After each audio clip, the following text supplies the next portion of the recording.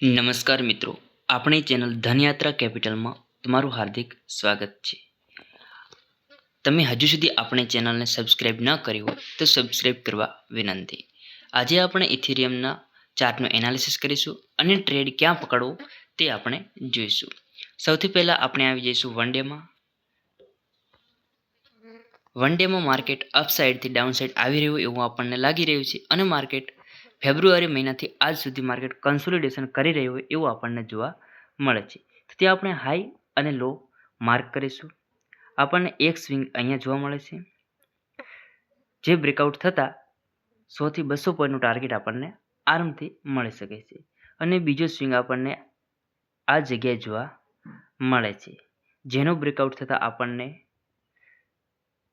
આગલા સ્વિંગનું ટાર્ગેટ રાખીએ તો પણ આપણને 100 થી 150 પોઈન્ટ આરામથી કેચ કરી શકીએ છીએ। ડાઉન સાઇડ જોઈશું તો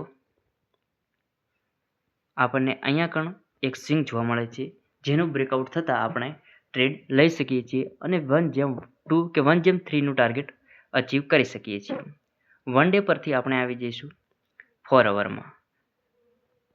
4 અવરમાં માર્કેટ અપ સાઇડ જતું હોય તેવું આપણને જોવા મળે છે, કારણ કે એક સ્વિંગ અહીંયા બનાવ્યો છે જે હજુ તોડ્યો નથી, એના અપસાઇડ એક બીજો સ્વિંગ છે તે પણ તોડ્યું નથી, એક આ સ્વિંગ છે તે પણ તોડ્યું નથી અને અહીંયાથી માર્કેટ રિજેક્શન લઈને અપસાઇડ જાય તેવું આપણને જોવા મળી રહ્યું છે। જો આપણે ડાઉન સાઇડ ટ્રેડ લેવો હોય તો આપણે આ જગ્યાએ માર્ક કરી લઈશું અને આપણે 1/2 કે 1/3નો ટાર્ગેટ સાથે ટ્રેડ પ્લાન કરીશું। બાકી 4 અવરમાં કંઈ ખાસ જોવા જેવું નથી। 4 અવર પરથી આપણે આવી જઈશું 1 અવરમાં। 1 અવરમાં માર્કેટ કન્સોલિડેશન કરી રહ્યું એવું આપણને જોવા મળે છે। ત્યાં આપણે કન્સોલિડેશનનું જેવું બ્રેકઆઉટ આવે ત્યાં આપણે ટ્રેડ લઈશું અને 1/2નું ટાર્ગેટ રાખીશું। જો 1 અવરમાં આપણને 2203 પર બ્રેકઆઉટ આવે છે તો આપણું ટ્રેડનું ટાર્ગેટ રહેશે 75 પોઈન્ટ। આગળનો સ્વિંગ છે તે આપણું ટાર્ગેટ રહેશે, એટલે કે 70 થી 75 પોઈન્ટ આપણું ટાર્ગેટ રહેશે અને આપણો સ્ટોપ લોસ રાખીશું આપણે 28 પોઈન્ટ।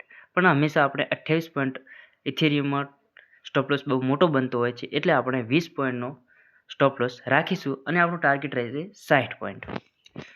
1 અવર પરથી આપણે આવી જઈશું 13 મિનિટમાં।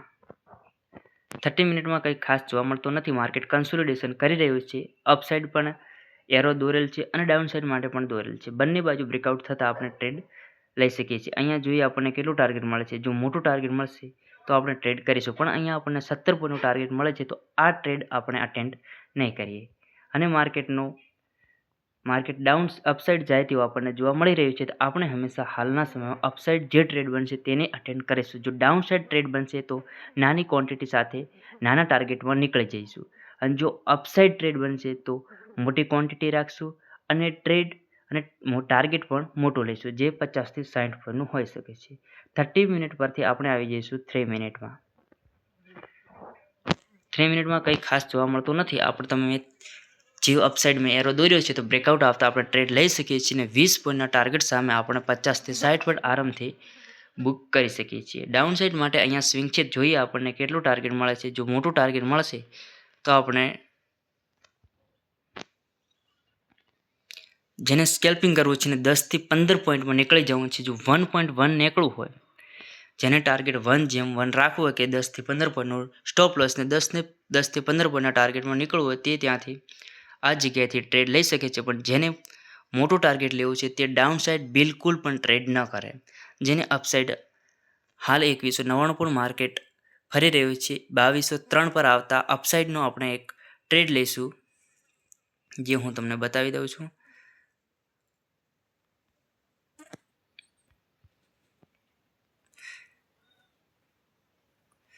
તમારો સ્ટોપ લોસ રહેશે 2190નું, એટલે કે 13 પોઈન્ટનું અને તમારું ટાર્ગેટ રહેશે 30 પોઈન્ટનું, એટલે કે 1/2નું તમારું ટાર્ગેટ આરામથી અચીવ થઈ જશે। આવા જ એનાલિસિસ માટે હજુ સુધી તમે આપણી ચેનલ ધનયાત્રા કેપિટલને સબસ્ક્રાઇબ ન કરી હોય તો સબસ્ક્રાઇબ કરવા વિનંતી। જોતા રહો આપણે ચેનલના આવા જ વિડીયો અવનવા માટે। ધન્યવાદ।